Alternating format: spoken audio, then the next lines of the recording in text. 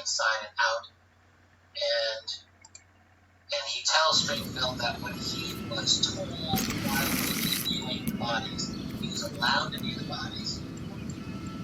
Army intelligence officer, for whatever reason, he was allowed to look at these bodies, and he said that he was told that there were 30 bodies. I don't know if that included the 9 or not, but that there were 30 bodies in total at Wright-Patterson at that time at the base. But there's even more than that. So let's go a little more. No, we don't have any pictures. You know what, I forget, of the 3 cases, which one was the one that talked about that they were in sort of refrigeration? Or they were... That was another one. I think we discussed that one in one of our previous... That's the problem with there too many of them. Right. But the theme of refrigeration, though, keeps coming up. Yeah. So it actually does happen quite a bit. But anyway, we'll continue. So he said that he did not see any alien craft stored there, but that he had heard, was told that there were such craft, so I think multiple flying saucers or discs, alien discs at Wright-Patterson Air Force Base. Moreover, that there was an alien craft at other places, including Langley Air Force Base in Virginia. That's near DC, that's near CIA headquarters. And another at MacDill Air Force Base in Florida. And furthermore, he says he knew of 3 key areas, this was back in the 60s, when certain secret UFO research operations were conducted other than at Wright-Pat. So Wright-Pat, yes, but then other places as well.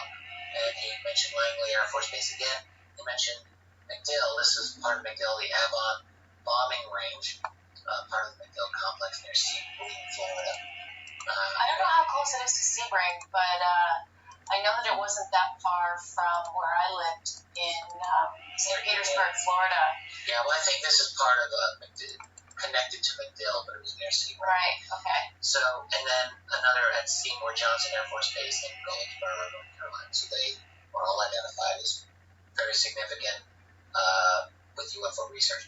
And then he gets into connection with, perhaps you could say, Operation Project Moondust. He says that certain military bases, highly trained, mobilized units were in a constant state of readiness to go anywhere to recover down UFOs.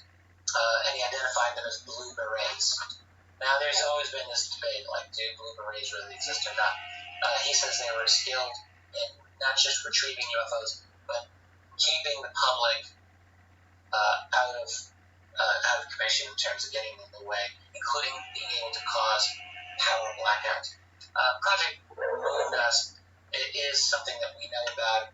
UFO researchers were able to get some documents describing these were 3-man teams, basically sent to recover foreign. Ya lo ganaste, ganaste. Obede, no, ganaste, ganaste. The Moondust document is unidentified flying objects as distinct from Soviet tech. So you could actually really legitimately argue that this was a UFO retrieval operation. And here you've got this witness coming to Stringfield saying, yep, absolutely, they were the berets. He has a little bit more to say. Let's just go into it.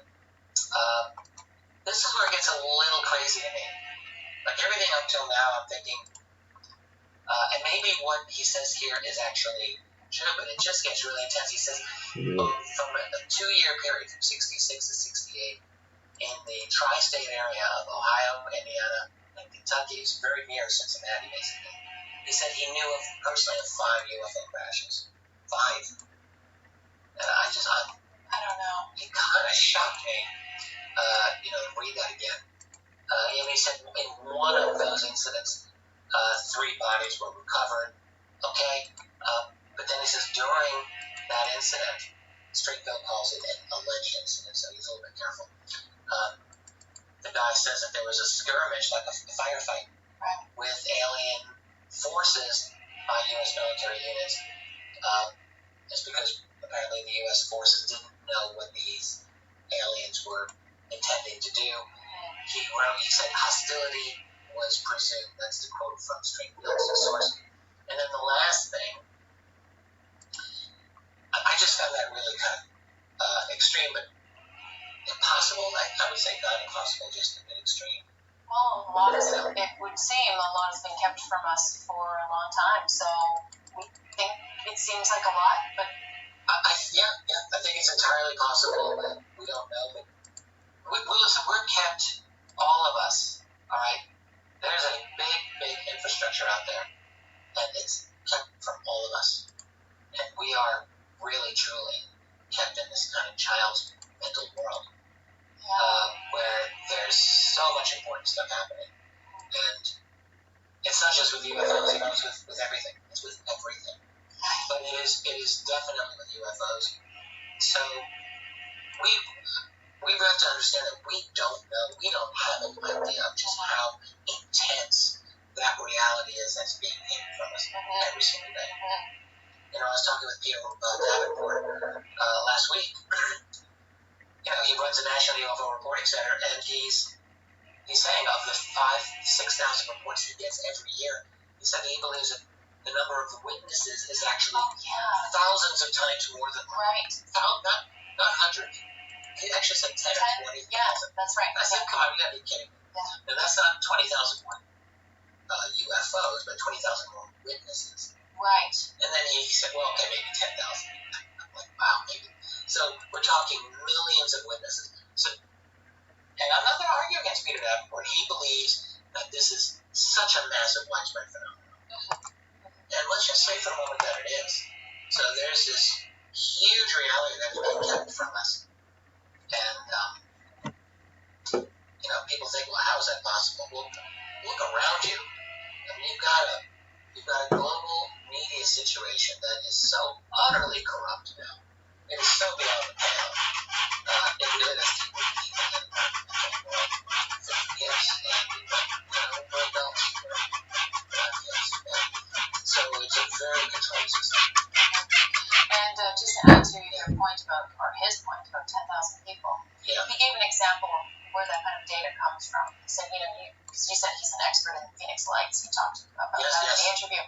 And Phoenix Lights was a perfect example, you know, because they know that a very tiny sliver of people actually reported it, where thousands of people, thousands and thousands of people saw it. It was there for so many hours in the sky.